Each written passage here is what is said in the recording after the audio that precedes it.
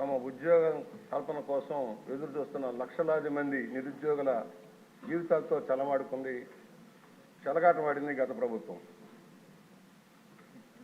సంతలో పశువులను అమ్మినట్టుగా పోస్టులు అమ్మేశారు. మంత్రి గారి దృష్టిలో ఉందని అనుకుంటున్నాను. పాపం జగన్మోహన్ రెడ్డి గారికి ఇది పీనట్. ఏందే, ఒక డిప్యూటీ కలెక్టర్ పోస్టు 2.5 కోట్లు మాత్రమే, ఒక డిఎస్సి పోస్టు 1.5 కోటి మాత్రమే, ఒక 150 కోట్లే. పాపం మా వాడికి ఏముందా, ఇది పెద్ద వేల కోట్లు దోసుకున్నాడికి ఇది లెక్కలేదు కాదు. అందువల్ల కానీ పేద విద్యార్థుల జీవితాలతో చెలగబడ్డారు. 162 పోస్టులకి గత ప్రభుత్వంలో చంద్రబాబు గారు నోటిఫికేషన్ ఇస్తే ప్రభుత్వం మారాక ఆయన పబ్లిక్ సర్వీస్ కమిషన్ని సొంత జాగీర్దారులాగా వాడుకున్నాడు. అక్కడ పిఎస్ఆర్ ఆంజనేయులు పెట్టాడు, గౌతమ్ సవాంగ్ని చైర్మన్గా పెట్టాడు, తను చెప్పినట్టుగా ఆడించాడు. మూల్యాంకనంలో ఏదైతే ఉందో అత్యధిక మార్కులు వచ్చిన వాళ్ళు ఫెయిల్యూర్ అయ్యారు సార్, వాళ్ళకు ఉద్యోగాలు రాలే.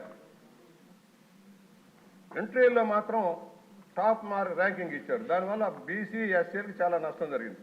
బీసీ ఎస్సీ ఎస్టీలకు చాలా నష్టం జరిగింది. మేము అడుగుతా ఉన్నాం, హైకోర్టు చెప్పింది మూల్యాంకనం చేసి కొత్తగా మీరు నిర్ణయం చేయమన్నారు. హాయ్లాండ్లో కూర్చొని నిర్ణయాలు చేశారు. దాన్ని ప్రకటించకుండా హైకోర్టుకు తప్పుడు సమాచారం ఇచ్చారు. దాని ద్వారా మరలా మూల్యాంకనం ఎస్ఆర్ కాలేజీలో కూర్చొని మళ్ళా మూల్యాంకనం చేశారు 2 సార్లు. దాని ద్వారా తనకు ఎవరైతే డబ్బులు ఇచ్చారో తమ ప్రాబల్యం కలిగిన వాళ్ళకి, తమ అనుమాయులకి పదవులు కట్టబెట్టడం కోసం భారీ కార్యక్రమం చేశారు. దీనివల్ల గందరగోళం వచ్చింది. 162 మందికి పోస్టులు ఇచ్చేశారు. తాంబూలాలు ఇచ్చాం, తన్నుకు చావండి అన్నట్టుగా అయింది కార్యక్రమం. ఇవాళ ఎవరైతే బాధితులు ఉన్నారో వాళ్ళు కోర్టుకు వెళ్ళారు. ఇవాళ కోర్టు జ్యూరిడిక్షన్లో ఉన్న ప్రభుత్వం నిర్ణయం తీసుకోవాల్సిన అవసరం ఉంది. ఎందుకంటే న్యాయం చేయాలి, నిరుద్యోగులకు న్యాయం చేయాలి.